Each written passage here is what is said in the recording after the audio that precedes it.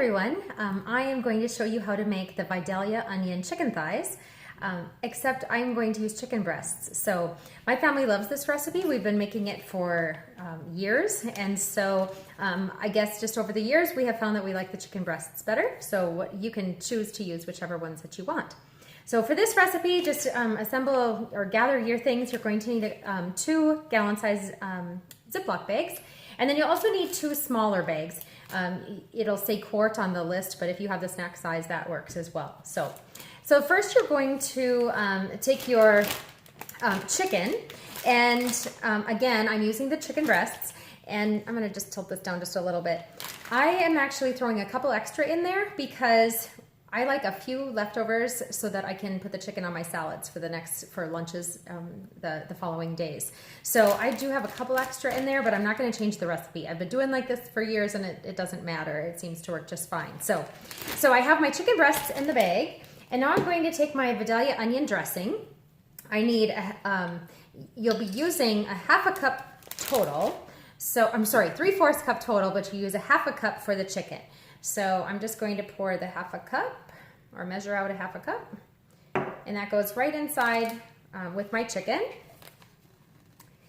And I'm sure some of the other gals have already told you too, but I like to roll over the tops of my bags. It keeps the seals nice and clean when I'm doing that. You can also put it in a bowl to hold it up. This is standing real nice tonight. Okay, so then I'm also going to add 2 teaspoons of seasoned salt. I like to shake all these shakers before I use them just to distribute all of the seasoning evenly. So that's 2 teaspoons. I am going to measure it here for you now, but I will be honest, I usually just guess on this. I like to guess by just kind of pouring it into the cap and looking at about what a teaspoon is. So that's my little cheater way. As most of you know, these are 2 tablespoons, but when you're looking at teaspoons, it doesn't have to be, it's not like baking where it has to be exact. Okay, so I have that, the seasoned salt and the Vidalia onion dressing inside with the chicken. So I'll just mix that up. And I'll get most of the air out of that. And then next on the list is to do the remaining 1/4 cup of your Vidalia onion dressing in a separate bag, because you're going to need that when you actually are preparing it. So it doesn't go in the bag with the chicken, it goes in a separate bag. Now, what I have done in the past too is I will just write on the bottle, save a 1/4 cup for a particular recipe. If you don't want to put it in a separate bag, I will put it in the bag tonight just for sake of following the rules. So I'll put that into a little Ziploc bag here, and I'll seal that up. Okay, so I have that. And then next on the list is a 1/4 cup of sliced almonds. So I have my bag of almonds, so I'll get a 1/4 cup of those out. And I'll put those in a small Ziploc bag as well. So I'll just get those measured. And of course you can skip these if you can't do almonds at your house. It's not a problem. Just skip them. You can customize these recipes to your own.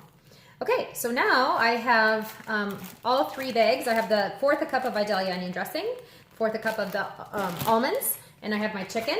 Now I'm going to put all those inside 1 gallon bag. That way everything is together. So when I pull it out of the freezer, everything's there for me.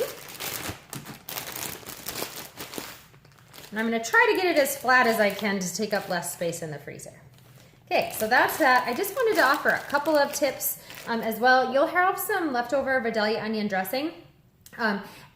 You're going to have the root beer pulled pork sandwiches, and my family absolutely loves coleslaw with pulled pork or sloppy joes. So you can make a simple coleslaw with your Vidalia onion dressing. You just use about 1/4 to half a cup of the Vidalia onion, and 2 cups, or however much you're making, but like 2 cups of broccoli slaw or any kind of coleslaw. And then you just pour the Vidalia onion dressing over the top and mix it up, and you're good to go. It's the simplest coleslaw that you will ever make, and it is super delicious. So that's one way of using up some more of the Vidalia onion dressing. The other I'm going to suggest is a recipe called chicken salad with grapes. Again, I've been making this recipe for years and years. It's Scott's absolute favorite, and you can find it on the website. It's basically like diced chicken, and it has cashews in it and some red grapes that you have, and some celery. And it's super easy, but the dressing is Vidalia onion, and it is just one of my family's favorites. So it's another way to use it up other than just drizzling it over your salad, which you can do too. So, all right, well, enjoy your meal.